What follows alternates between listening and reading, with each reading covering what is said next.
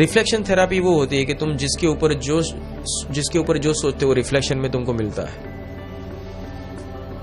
That is called the reflection therapy. इस जगत में वही रिफ्लेक्शन नियम काम करता है। तुम्हारे सूक्ष्म मन में जो तुम सोचकर दृढ़ करते हो वो सामने दिखाई देता है। जैसे मैंने आंखों का एग्जांपल दिया था कि तुम्हारे अंतर पटल के अंदर जो दृश्य होता है और बाहर जो होता है, जो अंदर जो देखते हो बाहर दिखता है। बीच का लेंस है उसको बड़ा कर देता है। तुम अंदर शंका से सोचते हो, बाहर दृश्य वो उसका सर्जन होना शुरू हो जाता है। और ये सत्य है और ये नियम है। इस नियम से कोई ज्ञात नहीं है, इसलिए अश्रद्धा की भूल कर बैठते हैं। अश्रद्धा जो होती है वो विचार, सुविचार को कुविचार में परिणमित कर देती है। अश्रद्धा जो होती है, श्रद्धा से सुविचार आते हैं, अश्रद्धा से कुविचार आने शुरू हो जाते हैं। अब कुविचार से डर प्रकट होता है। विचार तो आ गया, विचार के ऊपर से क्या प्रकट होता है? कल्पना। कुविचार से क्या प्रकट होती है? कुकल्पनाएं। और जब वो जो कल्पना जो होती है वो कल्पना ब्रेड का पिज्जा बना देती है, वो इतनी भयानक कल्पनाओं में तुमको ले जाते हो, उस कल्पनाओं को सोचते ही तुम्हें डर लगने लगता है। तुम अपने आप को इनसिक्योर मालूमात कर देते हो कि सचमुच में मैं तो फंस गया, मैं इनसिक्योर हूं, मेरा रास्ता बंद हो गया, मेरा कोई नहीं है, भगवान भी मेरे नहीं है, मैं फंस गया हूं, सब झूठ है, सब गलत है, सत्य जैसा कुछ नहीं होता। कुछ लोग इतनी इस अवस्था में पहुंच गए, मैं ईश्वर को भी नहीं मानता, मैं किसी को भी नहीं मानता, बस जिंदगी मुझे जीनी है, दैट्स ऑल।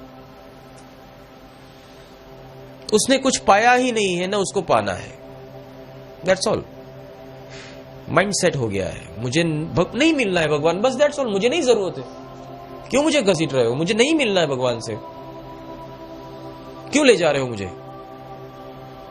जैसे कि समझो कि कुछ घर में ऐसा होता है कि भाई घर में अगर पूजा रखी गई है, आपने किसी पंडित को बुलाया, सत्यनारायण की पूजा या तो कोई लक्ष्मी होम के कुछ भी है, पर कुछ घर के ऐसे भी लोग हैं जो कुछ जड़ हो चुके, कुछ तरह के अहंकारी है या तो कुछ तरह के माइंड सेट है, मैं पूजा वगैरह पंडितों में विश्वास नहीं करता हूं, बस मुझे नहीं बैठना है, दैट्स ऑल। अगर और कभी बोला जाता है घर के कुछ लोग हैं तो उनका मान सम्मान है तो उनकी खुशी के लिए आके खड़े रहते हैं, आरती आरती करते हैं, फिर भी उनके चेहरे पे तो व्यंग होता है, मूछ में हंसते हैं या मजाक उड़ा देते, ठीक ठीक ठीक। यहां क्रिया की बात नहीं कर रहे, श्रद्धा की बात कर रहे। उस व्यक्ति को श्रद्धा नहीं है, पर वहां वो अपने घमंड का प्रदर्शन कर लेता है, मतलब विपरीत अवस्था का प्रदर्शन कर देता है, क्योंकि वो श्रद्धा जिसमें नहीं है उसके सामने वो अश्रद्धा का प्रदर्शन जरूर करेगा।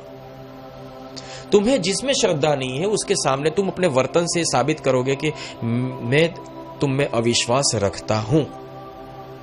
ये रिफ्लेक्शन है, वो सामने रिफ्लेक्शन तुमको मिलता है।